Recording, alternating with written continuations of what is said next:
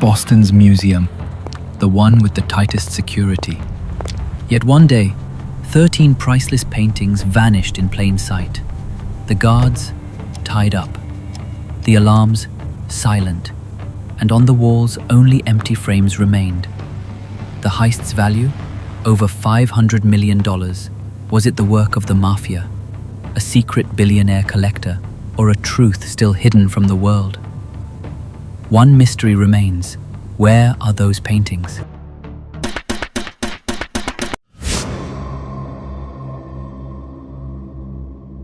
On the night of March 18, 1990, silence lay over the streets of Boston. The St. Patrick's Day celebrations had ended, and people had returned to their homes. But just after midnight, inside one of the city's most secure places, the Isabella Stewart Gardner Museum, the stage was being set for the biggest art heist in history. At around 1:24 a.m., a car pulled up outside the museum. Two men stepped out. They were dressed in police uniforms and walked straight to the security gate. They told the guards that they had received a disturbance call and needed to investigate inside. Without questioning, the guards let them in. Within minutes, everything had changed. As soon as the fake policemen got inside, they handcuffed the guards, tied them up in the basement, and the entire museum was now under their control. What followed was an 81-minute-long heist, one of the most mysterious in history. The thieves went straight for artworks worth billions. They ripped masterpieces by Rembrandt, Vermeer, and Manet right off the walls. Not only that, they also stole an ancient Chinese bronze beaker and the finial from a Napoleonic flagpole. In total, 13 artworks were stolen that night, valued today at over $500 million. This heist became not just America's, but the world's largest unsolved art theft. But what makes the story even more mysterious is this. The thieves left behind some incredibly valuable works. For example, a drawing by Michelangelo remained untouched. Why? Did they already have a pre-decided list? Was the heist carried out for a powerful mafia syndicate? Or was it simply the master plan of two men? By the time the guards were found in the morning and the police were finally called, the thieves had already vanished. All that remained were broken frames and empty walls. It has now been more than 30 years, but neither the stolen artworks have ever been recovered, nor have the thieves' identities been clearly revealed. The FBI did suspect several gangsters and mafia leaders, but no solid evidence was ever found. The very next day after the Gardner Museum heist, the FBI officially joined the case. From the very beginning, they suspected that this wasn't the work of some small-time gang, but of a major organized crime network. After all, such precise planning and such a massive theft could only have been pulled off by professionals. The FBI began by interrogating the two guards who had been on duty that night. One of them, Rick Abath, came under the most suspicion. The reason? Rick had opened the door and let the fake police officers inside. And throughout the entire night, he never raised any objections to their actions. Later, records also revealed that just before the heist, Rick had manually turned off part of the museum's alarm system. This raised questions. Was Rick part of the conspiracy? Or was he simply a naive guard who had been easily fooled by the thieves? As the investigation moved forward, the FBI's attention shifted toward Boston's notorious gangsters. At that time, the city had two major crime syndicates active, the Italian Mafia and the Irish Mob. Several informants claimed that the mastermind behind the heist was connected to one of these gangs. In the 1990s, the FBI received a lead that some of the stolen paintings had been spotted in the underworld circles of Connecticut and Philadelphia. But when agents arrived there, no solid evidence was found. Around the same time, another major revelation came to light. The FBI concluded that the stolen paintings were never actually put up for sale. Instead, they were being used as a kind of currency of crime. In other words, criminals would trade these priceless artworks as collateral with other criminals in exchange for drugs, weapons, or money. But despite these leads, one strange fact made the investigation even more mysterious. Not a single painting ever surfaced publicly. Normally, stolen art eventually shows up on the black market, but in this case, that never happened.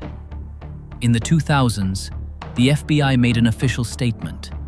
They claimed they had identified the thieves, but their names were never made public. The reason? Both thieves were already dead. If that's true, the question remains, where are the paintings? Are they still locked away in some basement? Or have they been destroyed forever? To this day, the walls of Boston's Isabella Stewart Gardner Museum remain empty. In place of the stolen paintings, only empty frames hang, so that every visitor can feel the weight of this mystery. In 2009, the FBI received an anonymous phone call. The caller claimed he had information about the stolen paintings from the Gardner Museum. He said that if the FBI agreed to certain conditions, he would reveal their location. His conditions were simple: complete anonymity and legal immunity. The FBI began discussions. But suddenly, the caller disappeared. He was never heard from again. Meanwhile, several informants kept repeating one name: Robert Bobby Donati. Donati was part of the Italian Mafia, and at that time, he held a powerful position in Boston's underworld. It is said that Donati carried out the heist as a power move, to put pressure on the top mafia bosses. But there was a problem. Just a few months after the robbery, Donati himself was murdered. And after his death, no one had any idea where the paintings went. Then another name emerged: Carmelo Molino, a Boston gang leader. In 1997, the FBI received intelligence that Molino and his crew were planning to make a deal involving the stolen paintings. Agents kept him under surveillance. They even conducted raids. But the paintings were never found. Molino was later sent to prison, where he eventually died. In the 2000s, the investigation took a new turn. The FBI announced that they were convinced the paintings were still inside the United States, possibly hidden in a secret warehouse, somewhere in Boston, Connecticut, or Philadelphia. But they also admitted that after so many years, gathering solid evidence had become nearly impossible. Around this time, some art experts raised another chilling suspicion. They believed the paintings may not have been properly cared for. After all, professional thieves usually have no knowledge of art preservation. If that was the case, masterpieces by Rembrandt and Vermeer, hundreds of years old, may have been permanently destroyed by moisture, fire, or poor storage conditions. But the most shocking revelation for the public came from the museum itself. The Isabella Stewart Gardner Museum announced a bold step. Whoever safely returns the stolen paintings will be rewarded with $10 million. This became the largest art reward in the world. And yet, despite this record-breaking offer, no one has ever come forward. Even after 30 years, the Gardner Museum heist remains on the FBI's top 10 unsolved cases list. People in Boston still believe that somewhere, in a basement or a locked room, the paintings are still out there, just waiting for the right moment to resurface. Even today, when someone visits the Isabella Stewart Gardner Museum, they are reminded of the theft. Empty frames still hang on the walls, exactly as the thieves left them in 1990. The museum has become more than just an art institution. It now stands as a symbol of an unsolved mystery. In 2013, the FBI made an official statement. They claimed they had identified the thieves. According to the agency, the robbery was carried out by two local Boston criminals with ties to the Italian Mafia, but both had died in the early 2000s, which means if they truly were the culprits, then the mystery was buried with them.